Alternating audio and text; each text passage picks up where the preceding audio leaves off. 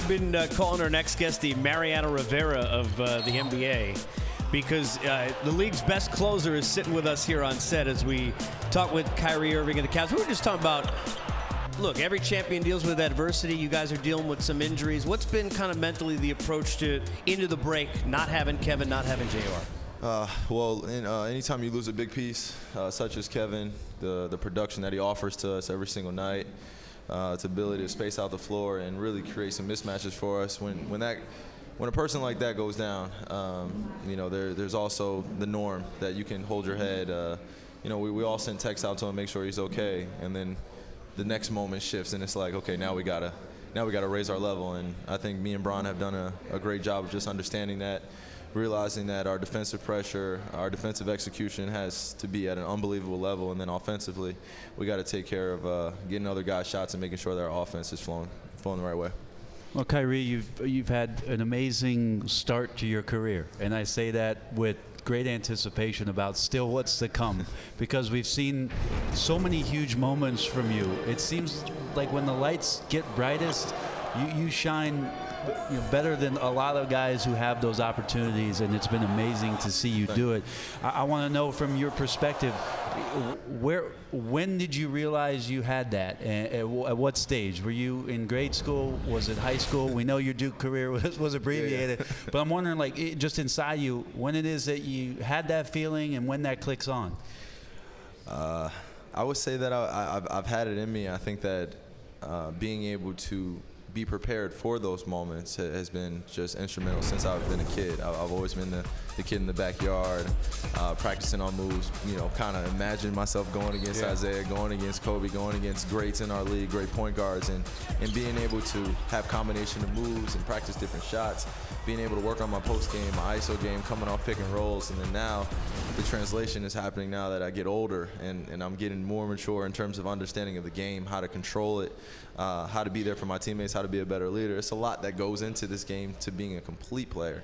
And I think that now that my understanding is getting a lot better of that, I'm becoming a better player. So, really just reaching out and having great mentors and guys that are willing to give you the knowledge of being a great player.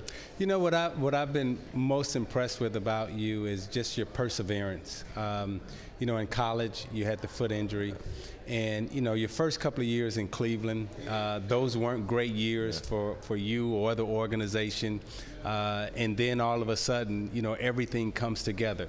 And when it comes together, you get to the finals, and then you have the knee injury. And then you have to persevere and keep coming back, right? So if you look over the last 5, 6, 7 years of your basketball career, right, this has been the most healthy you've been and probably the most fun you've had. But what has given you that ability to just really just stick to it and grind it out and keep pushing?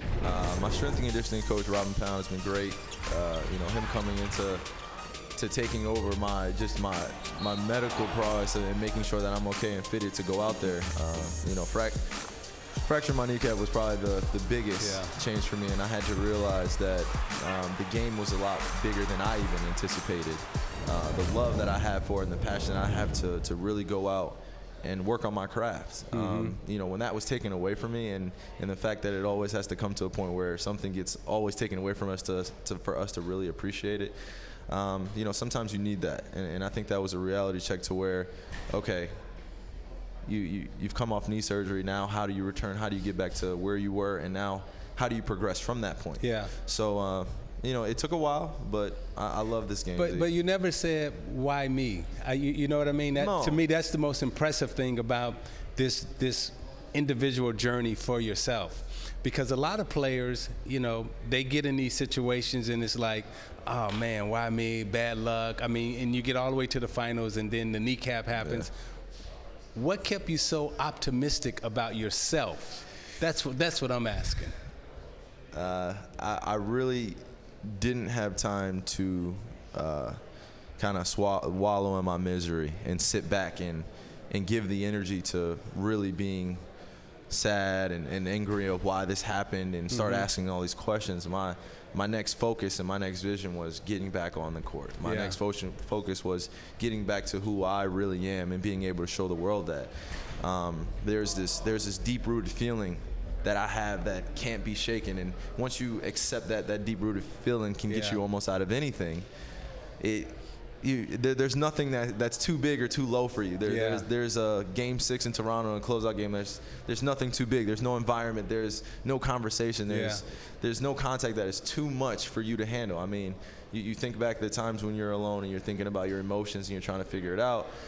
That can be scary for some people, but for me, I really just accepted it and wanted to move forward. Yeah, tell that story more often, particularly to a lot of younger kids, because oh, absolutely, I would love to tell that. That's more inspirational to them than you winning the championship. Oh yeah. Just the obstacles that you've had to continue to overcome and the setbacks, and then to move forward. Well, the journey is always so much more beautiful. Yeah, I thought that the championship was going to culminate everything, but it was a great accomplishment, but the journey of actually getting back to there and then the continuance after that, that's where I get the most beauty. Is going through everything and waking up at 5 in the morning and doing things that no one else is necessarily doing. Get there for my teammates, getting shots up, making sure I'm taking care of my body when no one's watching. So, I mean, that's the best enjoyment for me. Work's paid off. Congratulations on a great first half, and always appreciate it, Kyrie. Yes, sir. Thank you. And don't lay that jacket down. I might steal it.